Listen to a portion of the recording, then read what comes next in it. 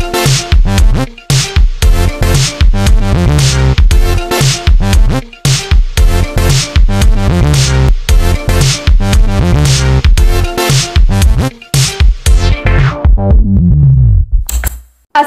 everyone. Hi, welcome back to our YouTube channel NJ Kak. Untuk segmen kali ni saya bersama dengan Kak Sheila, okey, dengan Puan Sheila, di mana kita akan berbincangkan dengan topik yang sangat best untuk hari ini, iaitu info dan kelebihan G2.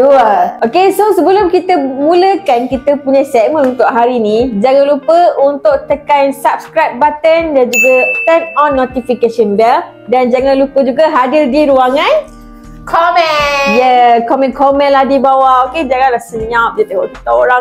Komen lah. Mana tahu ada persoalan yang you all nak tanya ke, ada apa-apa yang diorang nak cakap ke apa, ada idea nak share, diorang boleh share dekat ruangan komen di bawah. Okay, jom kita mulakan segmen untuk kali ni, info dan kelebihan G2. Kita sedut diorang kat Sheila macam biasa. Jom lah, kita tengok sama dengan sap. Macam ni. Lepas tu pusing kita sedut, okay? 1, 2, 3.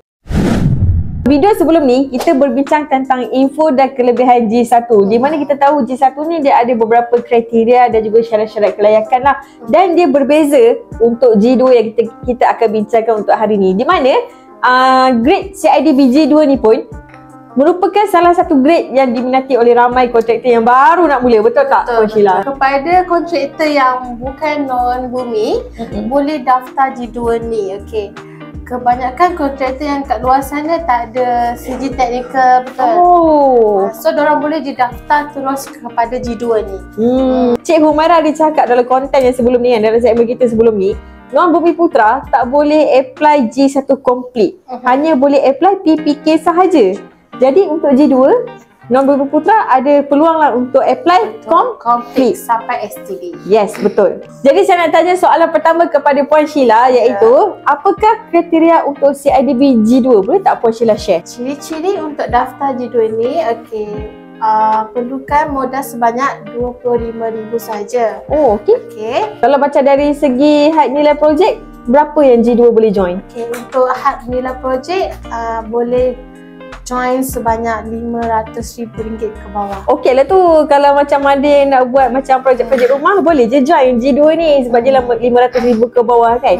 Kalau G2 ni dia tak perlukan CJ Technical untuk buat? Tak perlu, just semua dokumen tu saja.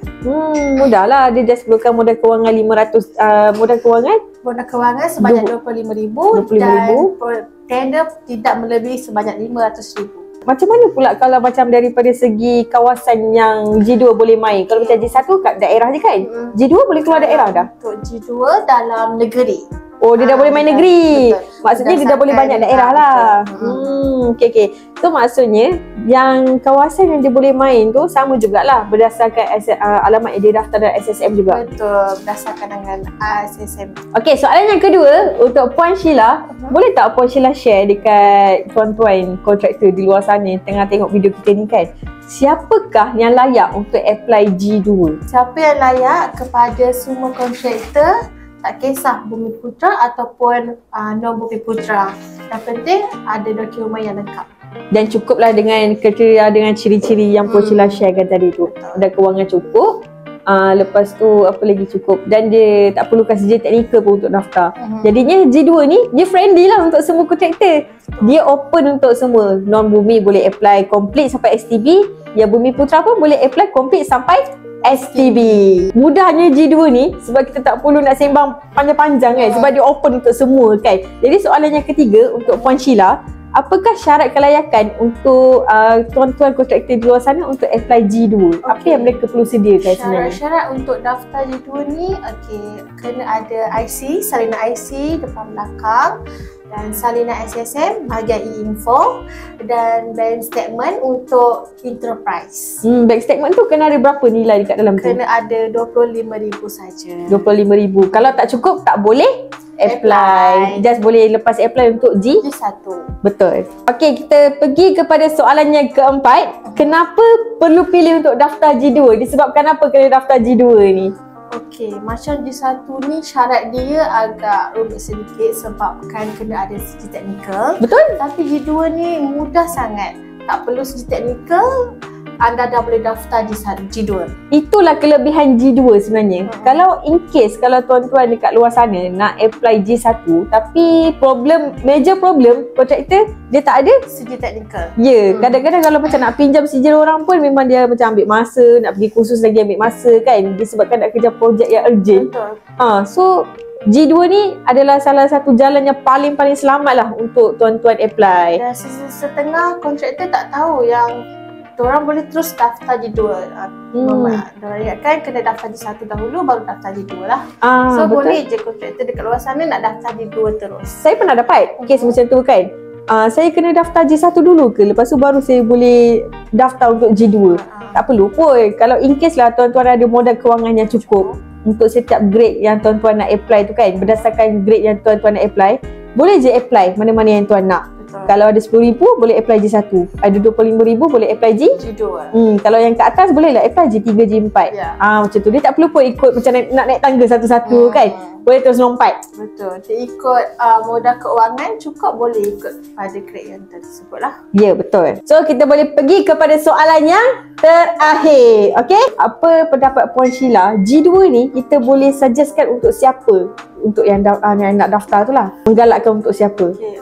Saya sarankan kepada kontraktor yang newbie, yang baru, tak ada sijil teknikal tapi nak buat juga lisensi ADB ni, boleh daftar kepada G2 ni. Sebab mudah. Sebab mudah, dokumen pun senang. Betul, dia tak perlu nak pening kepala, tak perlu nak kalut nak cari sijil teknikal. Mana sijil teknikal ni kan? Kalau ada sijil teknikal pun tiba-tiba hilang, tiba-tiba tak boleh nak verify ke apa, daftar G2 terus. Sebab G2 pun bagus juga untuk beginner yang baru nak mula berkecimpung dalam dunia baru kontraktor. Betul gitu. Saya sarankan kepada kontraktor yang non-bumi nak daftar G1 tapi tak komplit, boleh daftar G2 komplit sampai STB. Betul. China, India ataupun selain daripada bangsa Bumi Putra boleh apply G2. Kalau nak komplit sampai sijil tarikh bumi. Mudah.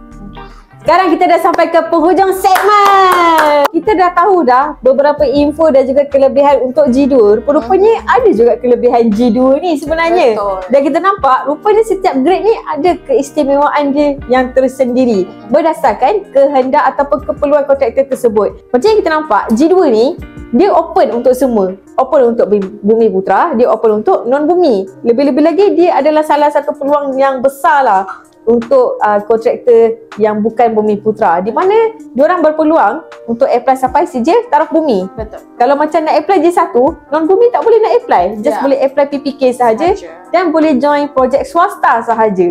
So kepada kontraktor non-bumi yang nak join, yang berimpian lah yang nak join tender-tender kerajaan kan, nak join tender Bumi Putra, boleh apply G2 ni. Itu saja untuk video dalam segmen kali ni, iaitu dalam hashtag NJ Jawab. Okay, so untuk segmen yang akan datang kita akan berbincangkan dan mengulas serba sedikit tentang info dan kelebihan G3 bersama dengan staf NJ Corp. If you guys interested nak tahu apa info dan kelebihan tentang G3, so kita akan jumpa in the next content. Okay, kita bye-bye sama-sama Puan Sheila.